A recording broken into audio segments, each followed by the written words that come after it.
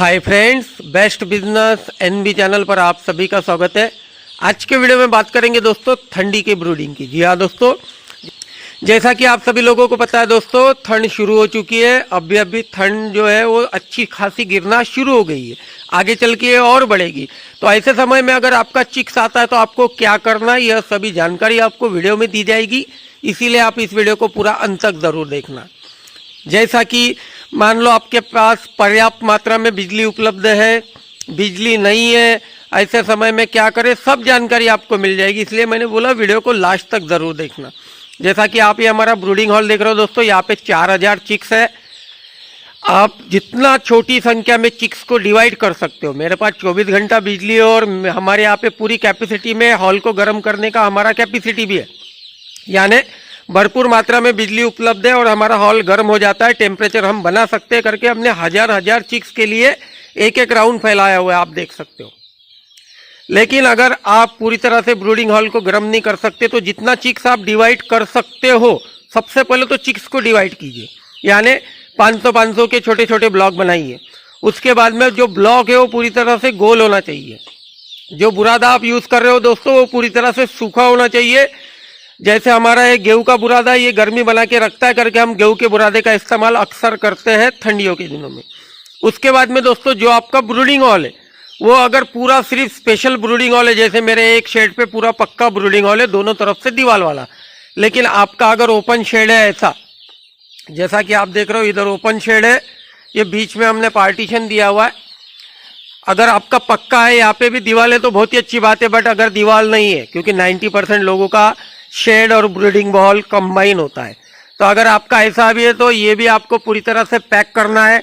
साथ ही बगल का जो आपका हमेशा वाला पर्दा है उसे तो रखना ही है पूरा बंद, बट उसके साथ एक्स्ट्रा पर्दा और जोड़ना है। जैसा कि आप अभी देख रहे हो, ये साइड का बता देता हूँ।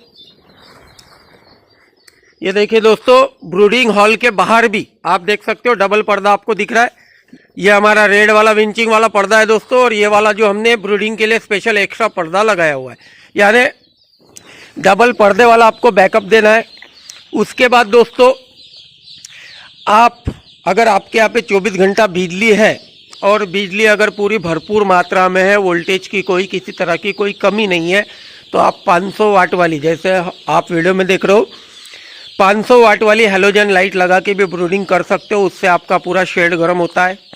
अगर आपके यहाँ पे पर्याप्त बिजली नहीं है तो फिर आप जो लट्टू आते हैं 100 और 200 के, 100 के लट्टू लगाओगे तो प्रॉब्लम यह है कि उससे संख्या बढ़ेगी, बट थोड़े 100 के लड्डू जल्दी फ्यूज हो जाते हैं। 200 के लड्डू का इस्तेमाल करें, और अगर संख्या बढ़ाना है तो 100 के लड्डू का भी इस्तेमाल किया तो चलेगा।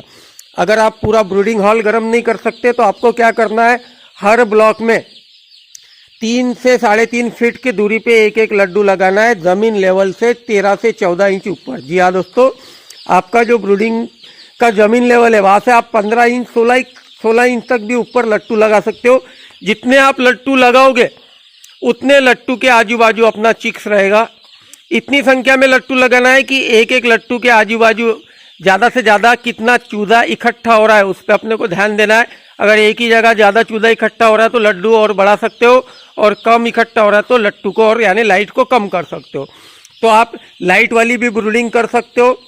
लाइट वाली ब्रूडिंग में अगर आपका मान लो कोई भी चीज़ से पूरा हॉल अगर गर्म नहीं होता है तो आप सिर्फ नीचे के बॉटम पे गर्मी बनाओ, चूजों को गर्म रखो, ऊपर का गर्म करने का किसी तरह की कोई कोशिश ना करो। हो सके तो लाइट के साथ गैस ब्रूडर का भी आप इस्तेमाल कर सकते हो। आज हमारा पहला ही दिन है दोस्तों, और आप देख सकते हो चिक्स अच्छी तरह से खेल रहा है।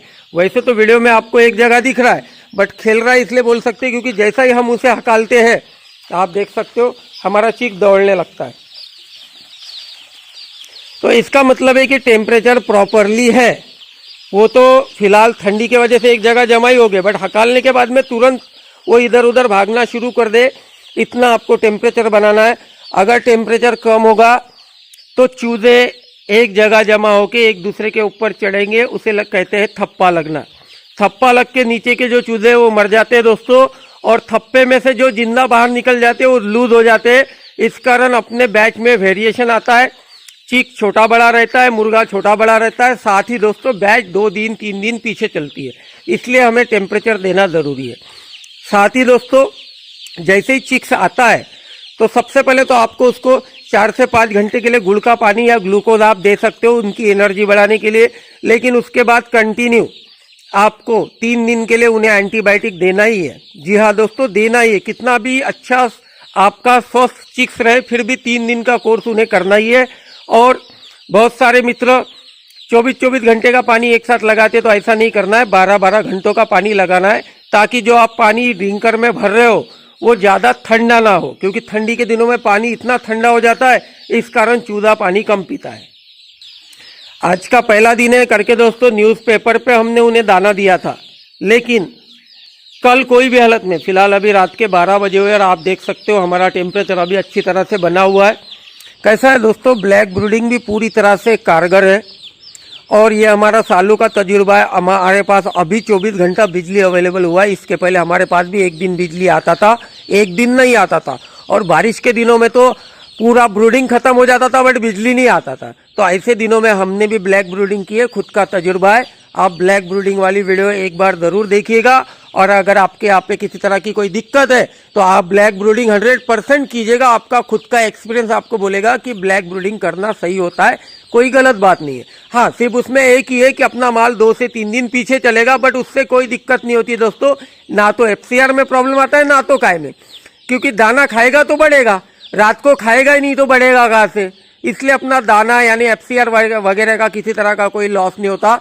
अपन ठंडियों के दिनों में ब्लैक ब्रूडिंग करके भी चूजों को संभाल सकते हैं, या फिर आप लाइट वाली भी ब्रूडिंग कर सकते हो, गैस ब्रूडर वाली भी ब्रूडिंग कर सकते हो, या फिर जो लोग बुरादे की भट्टी यूज करते हैं। हाँ, ये बात मैं भूल गया था बताना, जो लोग बुरादे वाली भट्टी यूज करते हैं वो ध्यान दे कि बुरादा जलने के बाद में जो धुआं उठता है, जी हाँ, वो धुआं जितनी संख्या में आप शेड के बाहर निकाल सकते हो उतनी उसकी व्यवस्था कीजिए, ताकि आपके यहाँ पे असाइटिस आने का जो खतरा होता है वो कम हो जाए। वैसे थोड़े बहुत धुएं से असाइटिस नहीं आता, किताबी भाषा को थोड़ा पोल्ट्री बिजनेस में साइड में रखा करो।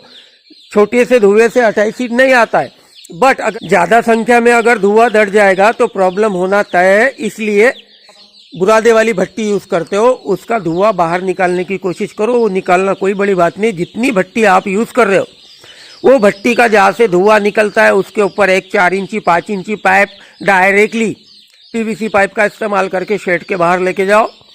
बाहर के मुंह पे भी एक 12 वोल्ट DC पे चलने वाला 4 इंच फैन लगाओ हवा बाहर फेंकने के लिए। और जहाँ पे बुरादे वाली भट्टी के पास उसका जो मुंह होता है वहाँ पे भी एग्जैक्ट फैन के लिए एक 4 इंची या 3 इंची फैन लगाओ। आपके बुरादे वाली भट्टी का जितना भी काला धुआं है वो फैन खींच लेते हैं और शेड के बाहर कर देते। और छोटी सी बैटरी में भी आप रात भर उन दोनों फैन को चला सकते हो।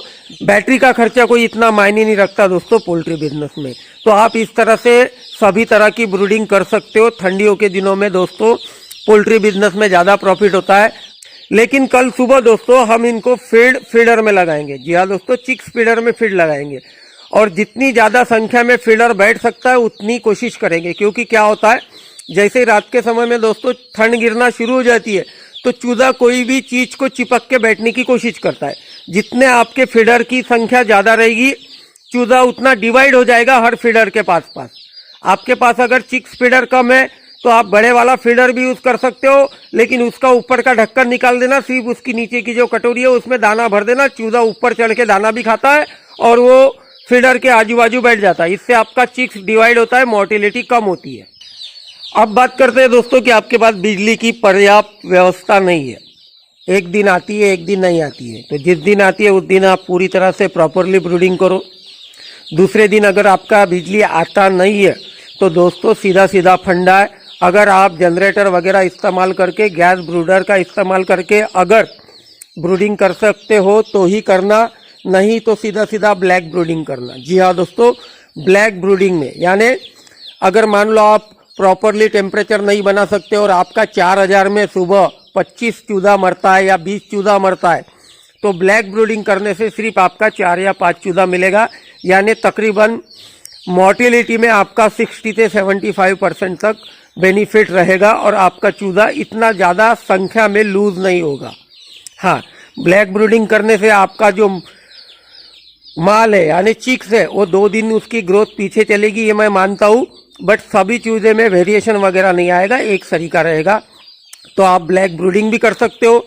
एक ही वीडियो में मैं इतनी सारी जानकारी आपको नहीं दे सकता कि ब्लैक ब्रूडिंग कैसे करते हैं, क्या करते हैं, इसलिए ब्लैक ब्रूडिंग की मेरी 2 वीडियो चैनल पर ऑलरेडी अपलोड है और इस वीडियो के डिस्क्रिप्शन में भी मैं उसकी लिंक दे रहा हूँ, आप उस वीडियो को भी देख सकते हो।